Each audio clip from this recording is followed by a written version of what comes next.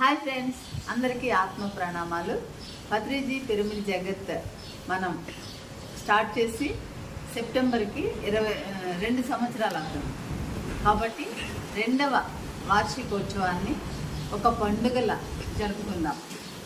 Okay, Patriji pyramid జగత్ project 2వ వార్షికోత్సవం సెప్టెంబర్ 22 ఆదివారం ఉదయం 10 గంటల నుండి పత్రిజీ పుట్టిన ఊరు ఇల్లు శక్కర్ నగర్, బోధన్, నిజామాబాద్ జిల్లా.